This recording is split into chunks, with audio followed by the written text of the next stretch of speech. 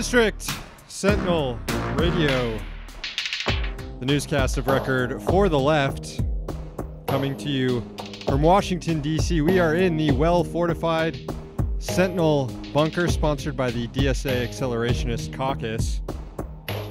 I'm Sam Sachs. I'm Sam Knight. Check out the website, districtsentinel.com. All right, right off the bat here. Sam and I were inspecting Intern Suck right before we went live. Jury's still out on whether Intern Suck has improved at all. We're not ready to declare Intern Suck dead, though. Not quite ready, but... Not quite. I can't tell if Intern Suck is getting healthier or if the white mold stuff is starting to grow back. But hopefully our little intern that could is going to plow through this and make it. Keep praying is basically what we're saying. Keep praying for our little friend. Also, in new business, last night a group of protesters showed up outside of Tucker Carlson's house and chanted things such as, "We know where you live." Because we're here. Because we're here. And it owned. It was very good. Tucker Carlson, he whips up hatred. Whoever he talks about on the left gets inundated with death threats. Yeah, I know. The question isn't why did people do this? It's why did it take so long for this to happen? Yeah, and I know there's a lot of people scolding the protesters, the Smash Racism DC protesters, for knocking on Tucker's door. I'm not going to lecture these people about how to do direct action and protest because they're putting themselves on the line and confronting fascists. But, you know, for their own legal safety, that's probably good advice to have not knocked on the door. But I'm not concerned at all what this means for the discourse when fascists and open white nationalists don't feel safe in their home. It's appalling seeing people like Stephen Colbert run to sympathize with Tucker Carlson because he has more in common with him as a TV celebrity than with all the people people that Tucker victimizes every day by whipping up hatred that he knows it gets his viewers into a froth and sending them death threats to activists and especially people of color and women and minorities and all that shit. So it's. Yeah, I think you nailed it there. Colbert feels way more solidarity with fellow white TV hosts than with, immigrants, migrants who are coming to the U.S. that Tucker Carlson goes on and demonizes on his program every evening. So, what else is going on here? Oh, we had that dust up yesterday between Jim Acosta and the White House. The White House has since pulled Jim Acosta's hard pass, his credentials to go into the White House to report from there. You know, I don't really give too much of a dude. Is one of those journalists who have made themselves a celebrity in the Trump era. I subscribe to a lot of the criticism against Acosta, but I am pretty disturbed that Sarah Huckabee Sanders in the White House are using video footage doctored by probably Paul Joseph Watson of InfoWars, formerly of InfoWars, or currently. I don't even know what his current status is with him.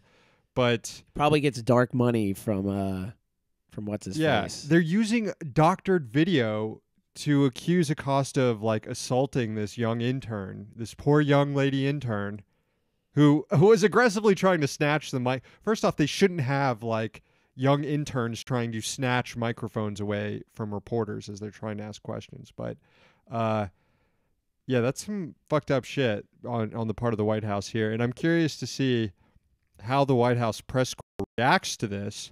I think it's a pathetic organization and that any one of them would throw each other under the bus to have a Jonathan Swan type exclusive with the president. Oh, yeah. And so I don't expect any sort of solidarity here or any sort of walkout, but maybe imagine, they'll prove me wrong. Imagine, though, if they did. I mean, that would completely effectively deplatform Sarah Huckabee Sanders. Why do you need to go to these press conferences every day? You don't. They're worthless. They're completely worthless. God, journalists are so fucking lazy. They're so fucking lazy. Sorry.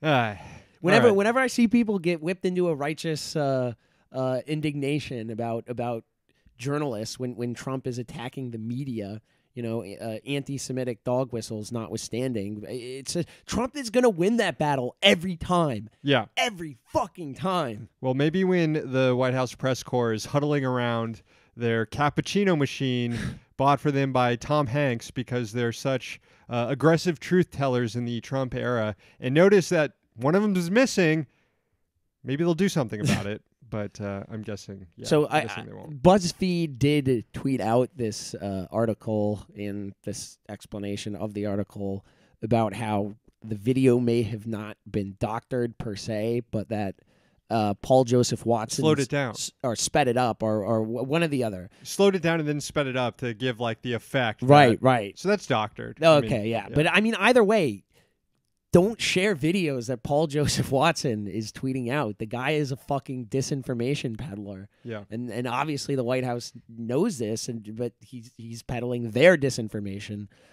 so they love it. Yep. One more thing off the top, I should note that one of the races I think we talked about on Tuesday night when I was sort of talking about how Democrats aren't doing as good in New Jersey as they would like to be doing.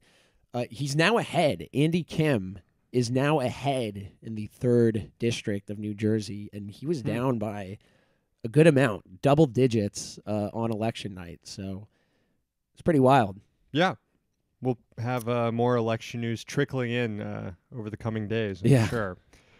All right.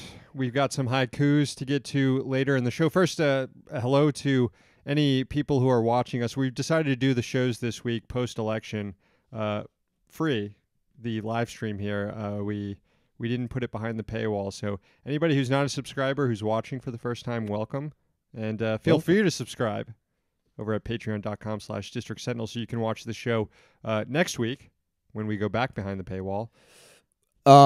Part of next week. Yeah, we are going to be going on vacation for the end of next week through Thanksgiving.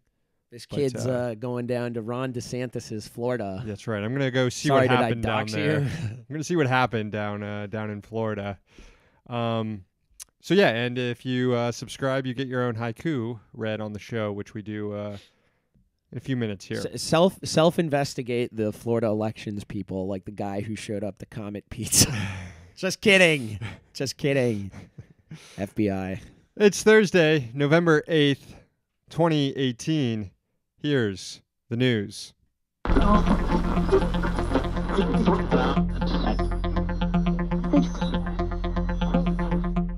Democrats, and really anyone who's even half paying attention, smell something fishy about the appointment of Matthew Whitaker to lead the Justice Department following the shit canning of Jeff Sessions. I know people are marching or getting ready to march around the country on behalf of Jeff Sessions getting fired. Fine, do whatever. I think it's stupid, but at least you're not raising $500,000 for a disgraced racist just because he was fired by Trump. Anyways, what people should be taking part in is collective enjoyment over watching Jeff Sessions humiliated. Yeah, you can definitely worry about Whitaker without having to say, wow, Trump crossed the line by firing Jeff Sessions. Yeah. No, I really not feeling that. Not feeling it anyway. Moving on, though. Read the room. Yeah. House and Senate Democrats leadership on the Intelligence, Judiciary, and Oversight Committee sent a letter late Wednesday to Acting Attorney General Whitaker, telling him to preserve all documents related to Sessions' departure. It said that, quote, that includes all document, memoranda, correspondence, and other communications related to the special counsel's investigation. The letter reminded Whitaker that concealing, removing, or destroying such records is a crime and that you could go to jail. In a few months, Democrats in the House will be able to subpoena for this information.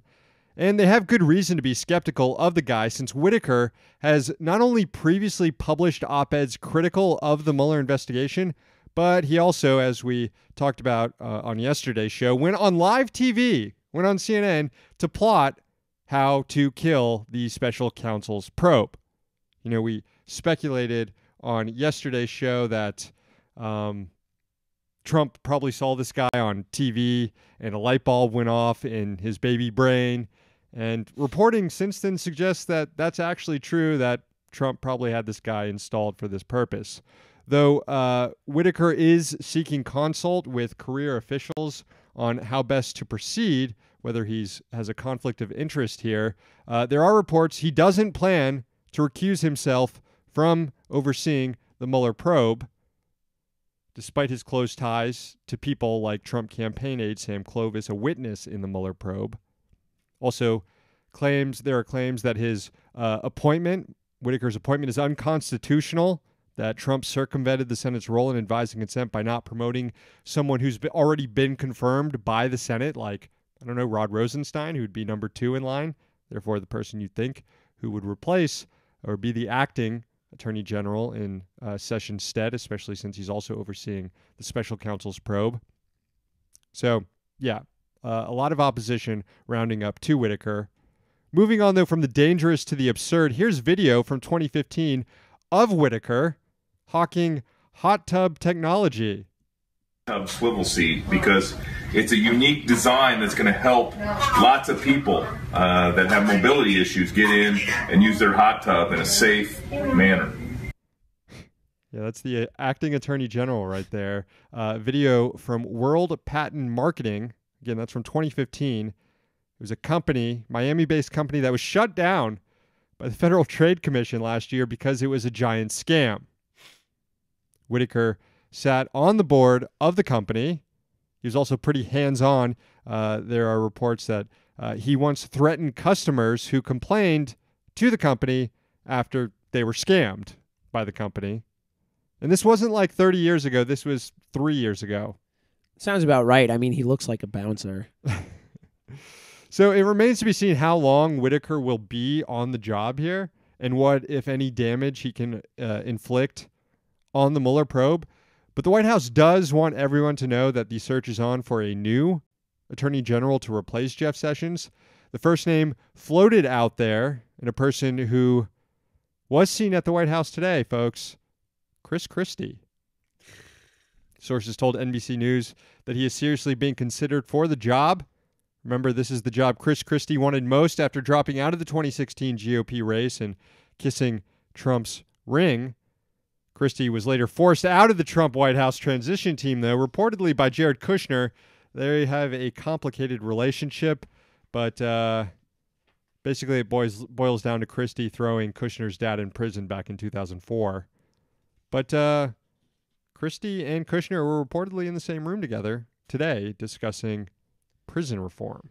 So, for those of you not watching the stream, the photo of Christie that Sam used was the infamous NYPD baseball uniform photo of Christie playing baseball, which is something you will never be able to unsee. Yeah, he looks graceful on the field, an elegant baseball player, I'd say. I would venture to guess that perhaps he would be a designated hitter. Yeah. I'm no Joe Madden, but anyway. We're no closer to a conclusion in key elections that were held on Tuesday. The outcome of races in the Deep South are still being contested. Votes are still trickling in the state of Florida, world famous for its election administration competence. Automatic recounts in the state are triggered if there's a 0.5 percentage point separating the winner and the loser, and that's more than the margin that Republican Rick Scott is currently winning by in the U.S. Senate race against incumbent Democrat Bill Nelson. Also, as of just this afternoon, with the last votes coming in, Democrat Andrew Gillum has risen from the dead like interns suck. The Democratic gubernatorial candidate has crept within the 0.5 of a percentage point margin, which again is the recount threshold. So it's looking like Gillum's chances of beating Republican Ron DeSantis are not officially over. Gillum had conceded to DeSantis on Tuesday night when he looked well behind, but in a statement released this afternoon, Gillum's campaign walked it back. Quote, It has become clear there are many more uncounted ballots than was originally reported. Our campaign, along with our attorney, Barry Richard, is monitoring the situation closely and is ready for any outcome, including a state-mandated recount. End of quote. By the way, this statement was issued before Gillum came within the 0.5 percentage margin. I suppose with more with more votes to count, technically DeSantis could be pushed back above the margin, but right now it is looking like a recount territory at least. Meanwhile, Senator Nelson's campaign is already predicting that he will defeat Rick Scott after the recount, or actually before the recount. Campaign attorney Mark Elias said today, quote, "We believe at the end of the day, Senator Nelson is going to be declared the winner and return to the U.S. Senate." According to the Orlando Sentinel, Elias, as I noted, also predicted his client would be up by several thousand votes before the recount even starts. Officials in Florida's 67 counties have until Saturday to report election results, as the paper noted. Just within the last hour, by the way, Elias tweeted that Nelson is within the 0.25 of a percentage point threshold, which triggers a recount by hand. By hand. See these things? Call them fingers. I don't see them thing.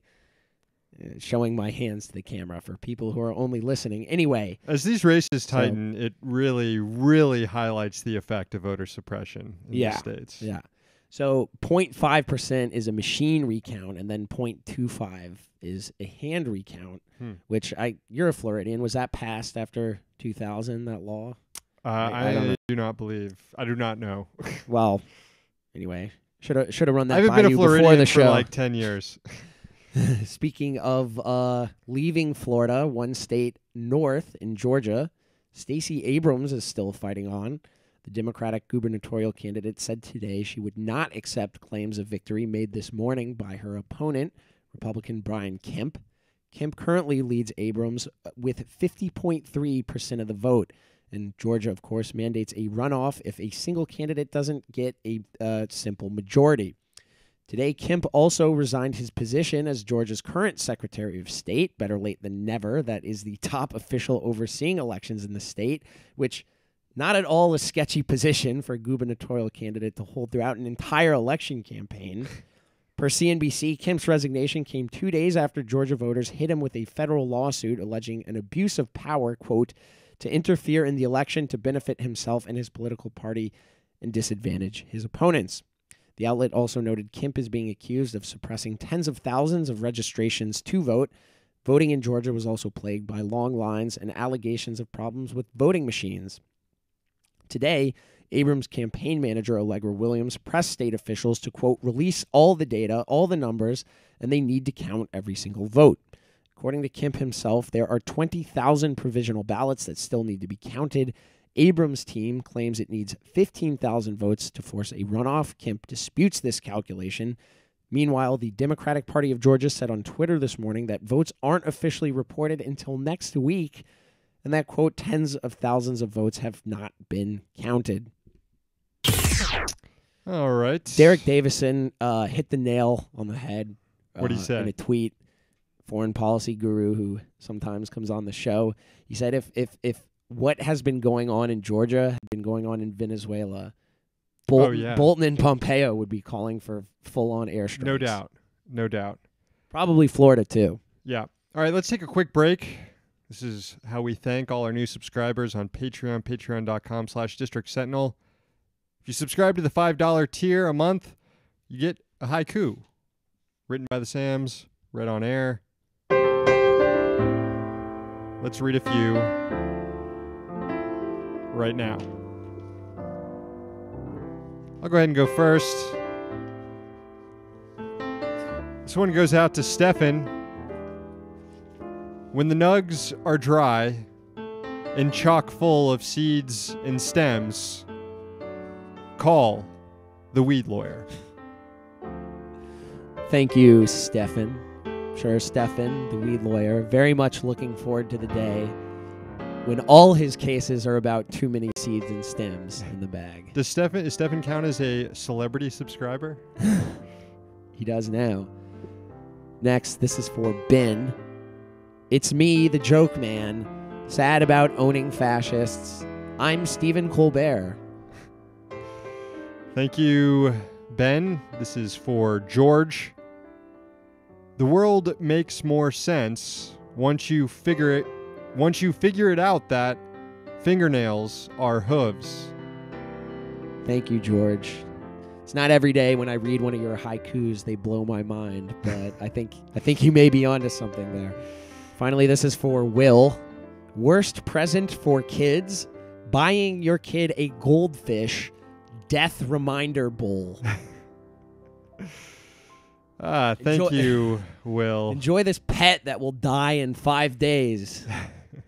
Thank you, Will, and thank you to all the new subscribers on Patreon.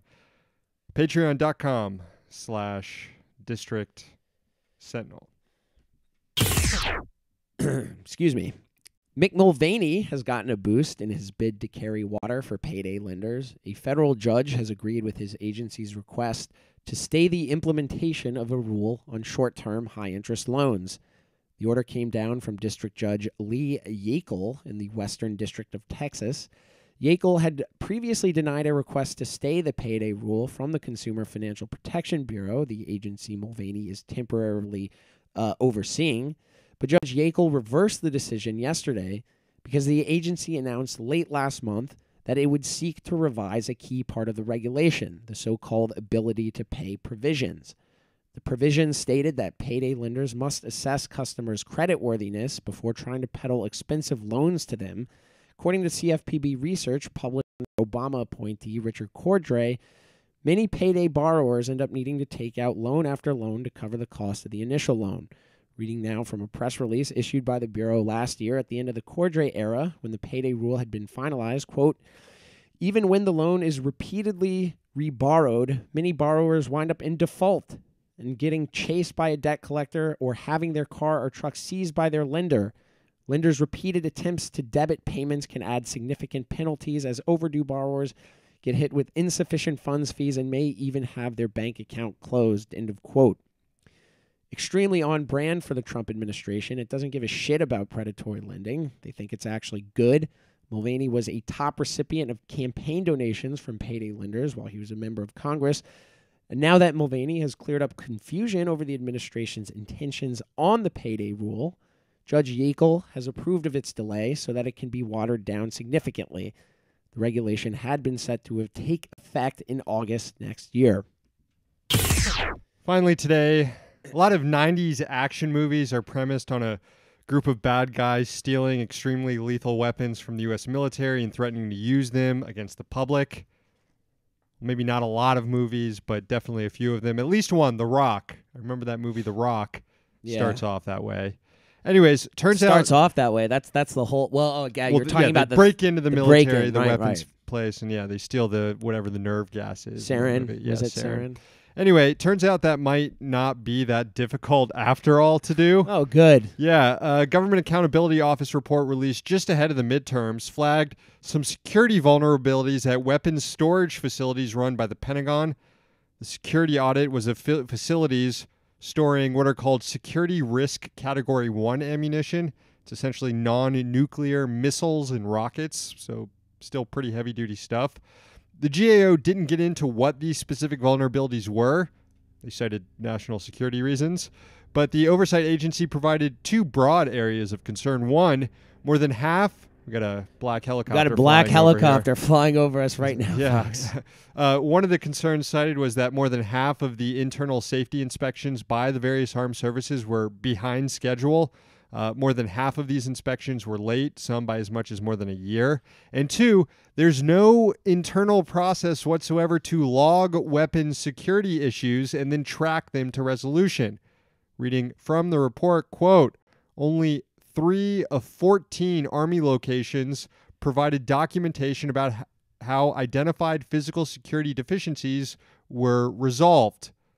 The GAO reported as a result, quote, GAO could not determine whether 29 of the 35 selected locations reviewed across the services had consistently resolved all identified deficiencies, and if so, what steps were taken to do so. The watchdog urged the Pentagon to change internal guidances to ensure that such information about security flaws can be collected and tracked in the future.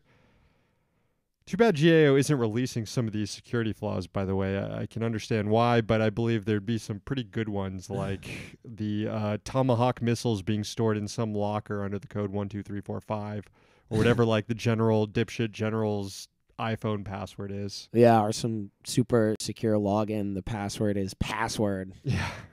All right, that'll do it for the newscast today, but I do see that the listener rant line has some calls, so let's see what people are saying. Hey guys, I just have a question about the midterms. It's 6 a.m. here in Japan, and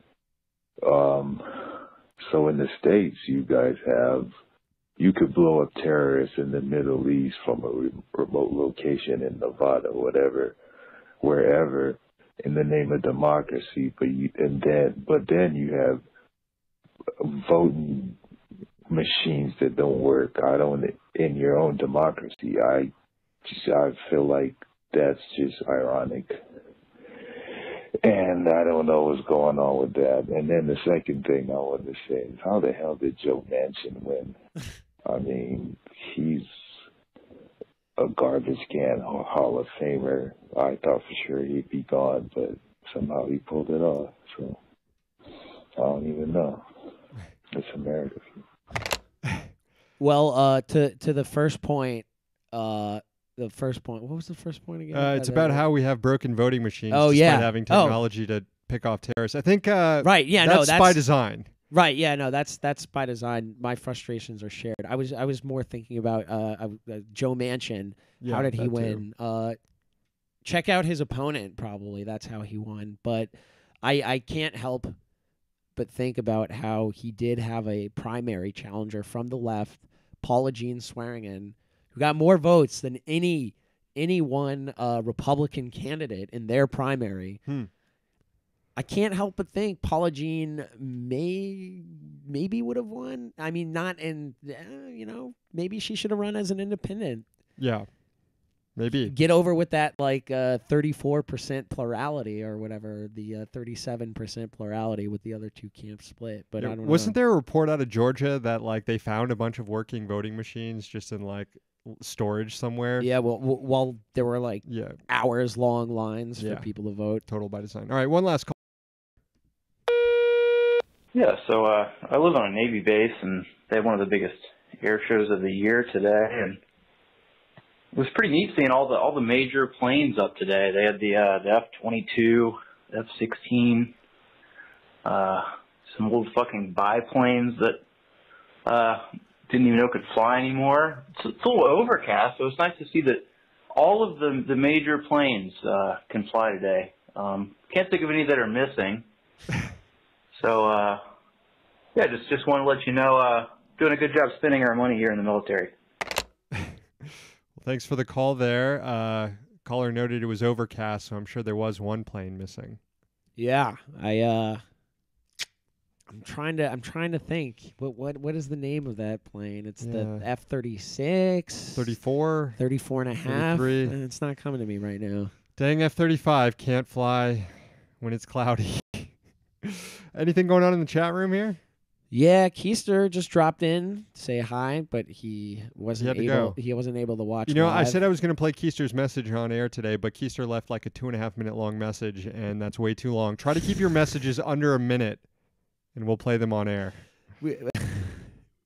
And what else has happened? Oh, R.I.P. Keister and Suck Suck ain't dead yet. F Keister is a thing. Alex says, sorry, talking about Google emojis. That's I'm trying to find the good there's good commentary in the chat. It's hard to here we go. Joe R. Colbert is filling his diaper over Tucker. We noted that. I saw Joe R. also notes that hot tubs are disgusting. Why do you want to sit in a hot soup made of other people's skin? I can support that opinion. Joseph, I don't try. I try not to go in swimming pools. Joe also said about Colbert, he's just restoring the sanity. Joseph says Colbert is someone I used to love and now hate. Colbert is probably the reason why I'm in this chat. He also says, furthermore. Kurt says, pretty sharp sweaters the Sams are sporting today. Thank you, Kurt. Joseph says, sweaters are comfy as fug. And Randall said, LOL, I did not realize it was Prison Paul making the video. Yeah. Joseph says, hot take, ignore Trump. Per our don't show up to give Sarah Huckabee Sanders a platform comment. Yeah. Luke says, yo, my guy is a pyramid schemer, talking about our current attorney general and his hot tub scheme. All right. Ivan says, Gillum suck 2020. That's SUCC with our intern. All right. That'll be it for District Sentinel Radio today. Call the rant line, 202-684-6108 to leave a message. One more comment talking about the movies where bad guys steal weapons. All right. Special thanks to our sponsors, the Congressional Dish podcast hosted by Jen Briney. Find it at congressionaldish.com. Also, levelnews.org. Thank you for watching. If you're new here, subscribe at patreon.com/District Sentinel for more shows just like this. The newscast is back next week. We're here in D.C. so that you don't have to be.